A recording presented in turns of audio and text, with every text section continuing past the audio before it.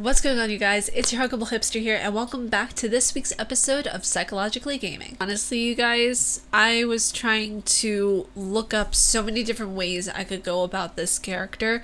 I was a bit confused on even the way I was trying to do it, because I was trying to make it more complicated than it needed to be, and I know that a lot of you who view my channel are viewing it for the first time. Let's just be real. I have subscribers who watch me on the regular, but I also have people who are watching me for the first time. So I want people to be able to not only grasp the concept of why I try to analyze game characters from a psychological perspective, and a lot of you guys know, and also a lot of you guys don't know, I have a degree in psychology. So I thought, instead of working 9 to 5 for the man, I'd work for myself and do these types of YouTube videos. That way it's fun but educational. Pikachu is an interesting character because when you look at Pikachu, you kind of see this immortal being.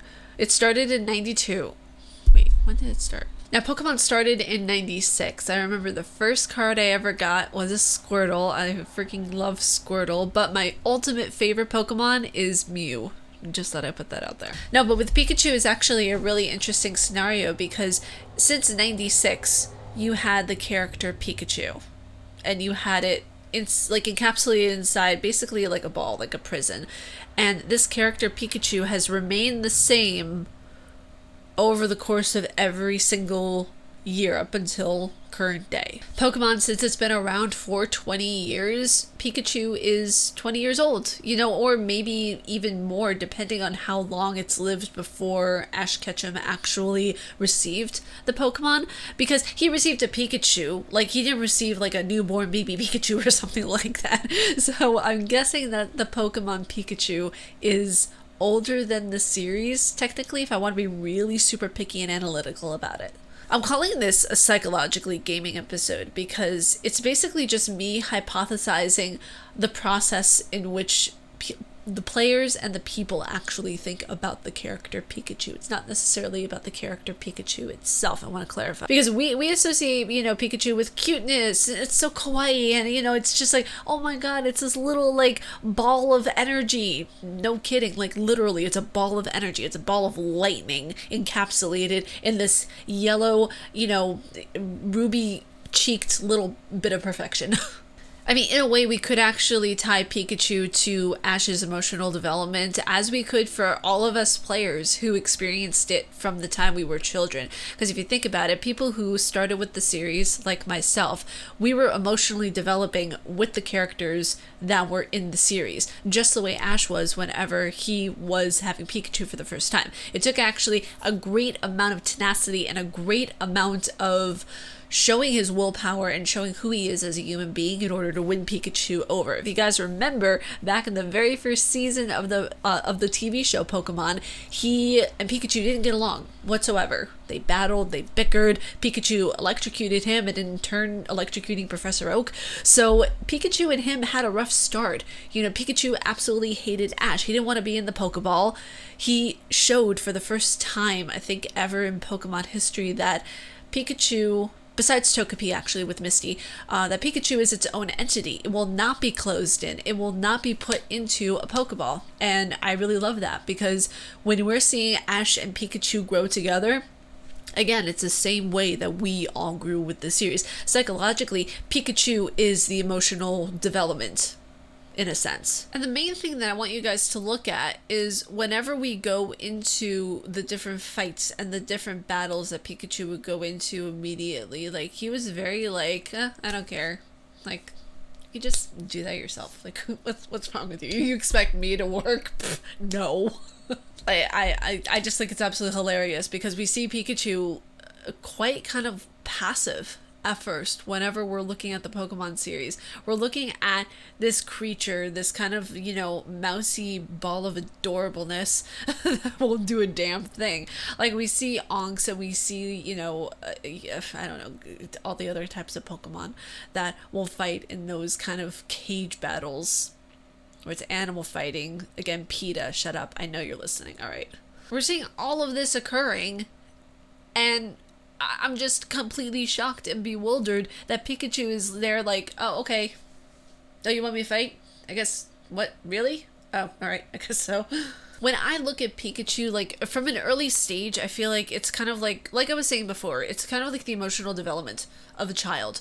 You know, you see Pikachu grow with Ash and in turn grow with us. So when we're looking at Pikachu from a child's perspective, that's quite possibly because Pikachu itself was also a child. As we're growing with the series, the Pokemon and Pikachu are also growing with us as players of the game.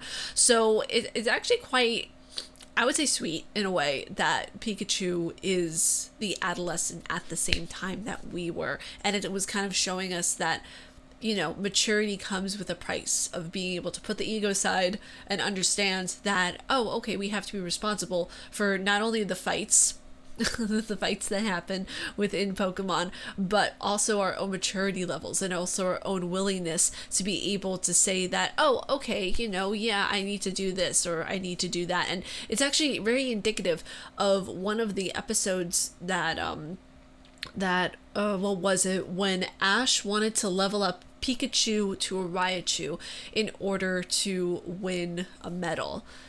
And Pikachu actually got really ticked off. Like, he was like, I'm not doing that.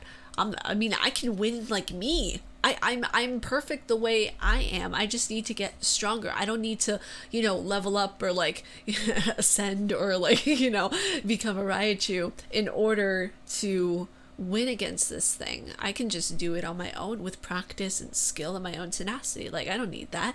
So when I look at Pikachu and I see that example and I see that, oh, okay, he, like, this Pikachu, I don't want to misgender Pikachu, I say he, so I apologize, but I don't want, like, I see something very interesting because Pikachu at that point is taking on this level of maturity and this level of strength within itself that says, you know, just like we are when we're growing and we're maturing, you know. So I find it really, really interesting. And, you know, while this psychologically gaming episode kind of like, you know, it doesn't have the psychology terms, it doesn't have, Pikachu doesn't have aphenophosophobia, which is the fear of being touched. You know, while it doesn't have any of those kinds of terms or anything like that, I feel as if Pikachu is just a very important part of the developmental and emotional growth of the people who played the game and saw the TV show. Guys, if you all like my face and what I do, please be sure to subscribe and hit that bell down below because I make videos every Monday, Wednesday, and double uploads on Friday.